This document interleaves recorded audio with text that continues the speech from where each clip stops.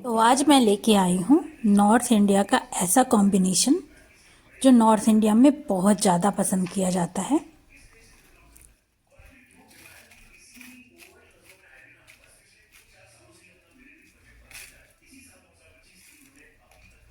छोला और पूड़ी।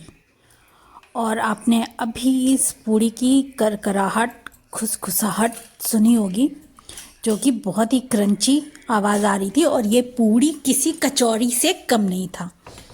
ये पूड़ी थोड़ी नमकीन बनती है, तो इस पूड़ी को आप बिना किसी चीज़ को लगाए, मतलब ना अचार लगाने की ज़रूरत है, ना सब्ज़ी, और छोले की भी वैसे ज़रूरत नहीं है। लेकिन मेरे हस्बैंड को ये छोले के साथ ही पसंद आती है। और यूपी, बिहार और पंजाब में लोग ये पूड़ियाँ छोले के साथ ही खाना पसंद करते हैं। तो सबसे पहले आप छोले को, मतलब काबली चने को, एक रात पहले भिगो के रख देंगे और फिर सुबह अच्छे से धो के उसमें पानी, नमक, हींग और हल्दी डाल के 10 से 12 सीटियाँ लगा लेंगे। और जब ये सीटी लग जाएगी तो हाथ से दबा के देखेंगे ये कुक हुआ है कि नहीं। जब अच्छे से कुक हो जाएगा तो उसको ठंडा होने देंगे। अब लेंगे एक कढ़ाई, उसमें डालेंगे थोड़ा तेल, तेल को होने देंगे गरम, और उसमें डाल देंगे टमाटर, प्याज, मिर्च, अदरक, और उनको थोड़ी देर कुक होने देंगे। अब एक परात लेंगे और परात में लेंगे आटा अपने अकॉर्डिंग, मतलब घर में जितने लोग हैं उस हिसाब से आटा लीजिए। और उसमें आधा कप, 1 कप सूजी, अगर कम आटा है तो आधा कप, और जो थोड़ा ज़्यादा आटा है तो 1 कप सूजी डाल देंगे। थोड़ा नमक डालेंगे और थोड़ा अजवाइन मंगरेला डालेंगे और थोड़ा घी डालेंगे, और उसको ऐसे हाथों से मल मल के अच्छे से पहले घी को मिक्स कर लेंगे।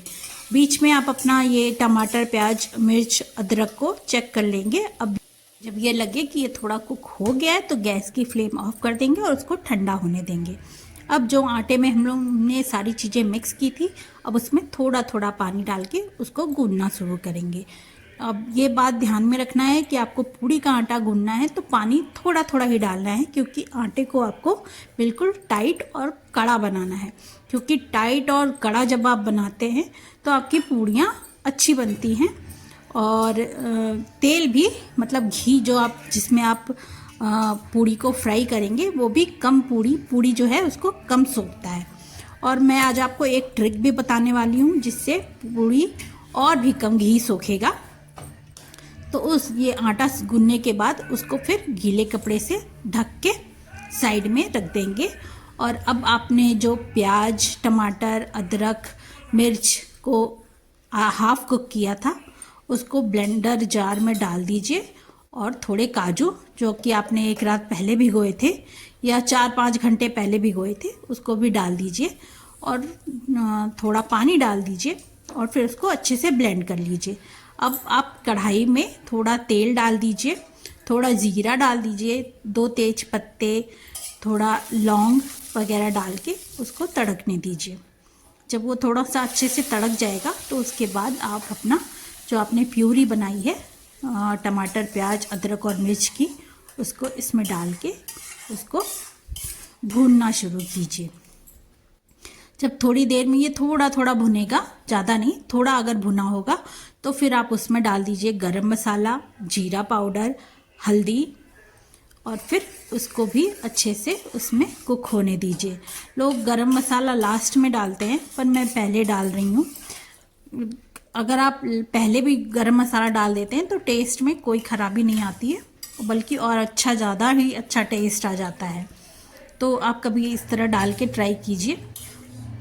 जब वो अच्छे से भुन जाएगा और तेल छोड़ने लगेगा थोड़ा थोड़ा, तो फिर आप उसमें अपना छोला डाल दीजिए। और ये छोले में 10 से 12 सीटी लगाना कंपलसरी है, वरना ये छोला जल्दी पकता नहीं है।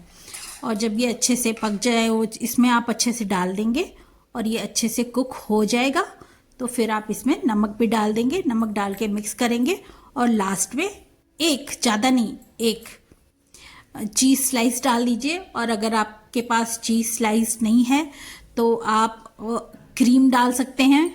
और अगर आपके पास क्रीम भी नहीं है तो आप दूध की मलाई डाल सकते हैं, वो डाल दीजिए।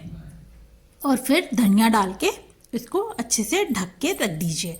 अब आपने जो आटा गूना है उस आटे की इतनी छोटी छोटी, क्योंकि पूड़ी बनानी है तो छोटी छोटी लोई ही काटना है।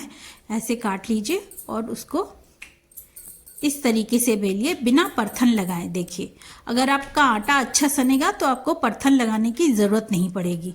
और इस तरीके से मैंने ढेर सारी पूड़ियाँ बेल ली। अब आप एक कढ़ाई में थोड़ा सा घी डालेंगे और घी जब गर्म हो गया होगा तो उसमें थोड़ा सा आटा डाल के चेक करेंगे कि क्या इसमें पूड़ी तली जा सकती है। अगर आपको लगे कि हाँ अब ये घी तैयार है तो उसमें पूड़ी डालेंगे और उसको अलट पलट के अच्छे से दोनों साइड सेक लेंगे।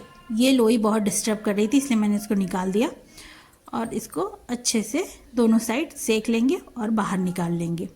अब मैं आपको बताती हूँ एक ट्रिक जिसको यूज़ करेंगे अगर आप तो आपकी पूड़ियाँ घी और भी कम सोखेंगी और नुकसान नहीं करेगा फिर ज़्यादा।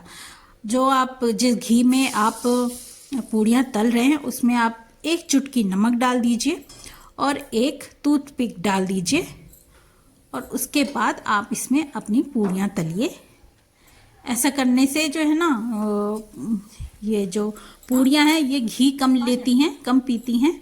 और अगर घी कम पिएंगी पूड़ियाँ तो ऑफ कोर्स हम भी कम घी पिएंगे तो जाहिर सी बात है वो हेल्दी ही होगा हमारे लिए।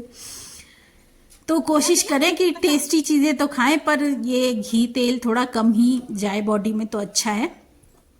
इसीलिए मैं शुद्ध घी का ही यूज़ करती हूँ, कोई भी रिफाइंड ऑयल वगैरह का यूज़ नहीं करती हूँ खाने में, क्योंकि हम लोग ऐसे ही बहुत मोटे हैं।